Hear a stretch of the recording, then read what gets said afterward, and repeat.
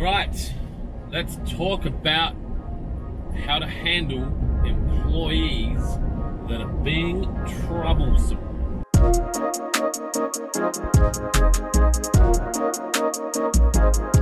Good morning and welcome to In the Car with Clint. I had a question from a friend come through on Snapchat asking me about how he should handle an employee that he's having trouble with that is continuously not rocking up to work, and when they are at work they are not doing a good job, or they're not doing a job that's in line with his expectations. So there's a fair bit to unpack here, so I'll try to do that as quickly as possible, but and sometimes I need to kind of ask some follow-up questions, but I'll do the best I can here. So ultimately you've got sometimes if you're having trouble with an employee, it's because there's a misalignment of expectations, and I've talked about that in the past, where you are expecting something of the employee but you haven't communicated that well with them. And it's really important that you find the best way to communicate with your team that's best for them, not best for you, so that they understand your expectations, and then you regularly communicate with them around whether or not they're meeting those expectations, and then like the things that you think they could or should do to change to become more in line with those expectations. The reality is most people don't want to do a shitty job, and most people don't want to take the piss. So if you can talk to them and counsel them around what they should and shouldn't be doing, you'll generally find that you get a better result. Now, if you've been through that whole process and you're at the point where you feel that they're never going to improve, then you need to exit them from the business. Now, this is something that needs to be handled with some thought, because having a person in the business that's doing a job half as good as you would hope can sometimes be better than not having anyone at all.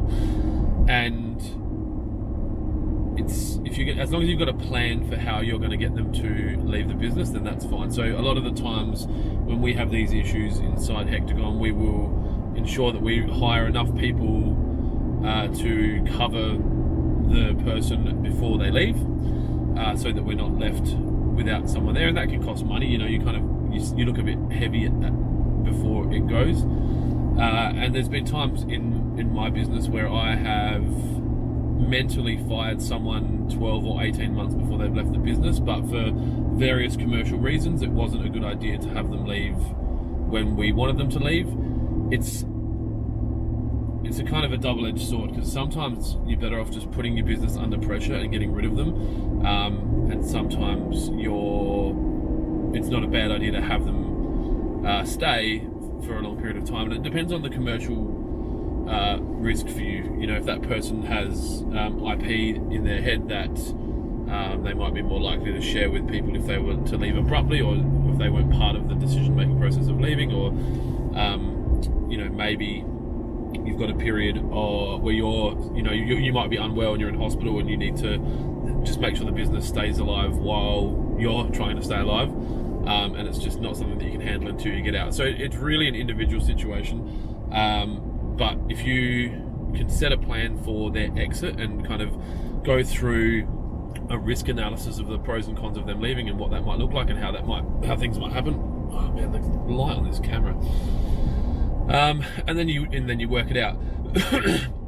Obviously, every country has different laws around employment, and here in Australia, you need to make sure that if you are having someone leave, that you follow all the performance management laws. But generally, if you put someone under performance management, they're generally going to be pretty aware that they're not doing well, and the likelihood of someone, in my experience, going under performance management and then not leaving is very low. I mean, I think it would be a 1 to 3% of people that get performance managed actually improve their performance, and we're just unaware that they weren't doing a good job. So that is the answer to the question, hopefully. Really sorry about the light on this lately. I think I might have to get some more extreme tinting somewhere. I don't know where that light's coming from. Hopefully that's helped with anyone out there that's having a bit of trouble with their employees. If you've got any questions for me, please feel free to send them through. As you've just seen, I haven't highlighted where that question came from. I'm not trying to, embarrass anyone unless you want me to mention you, or put someone in a difficult situation if they've asked a question, and people will be able to work out who they're talking about. So feel free to send them through. I'll keep them anonymous, and hopefully the question that you're thinking of, someone else is also thinking of, and they'll benefit from the answer. Thanks for tuning into In the Car with Clint. I guess I'll talk to you again tomorrow. Be kind to each other. See ya.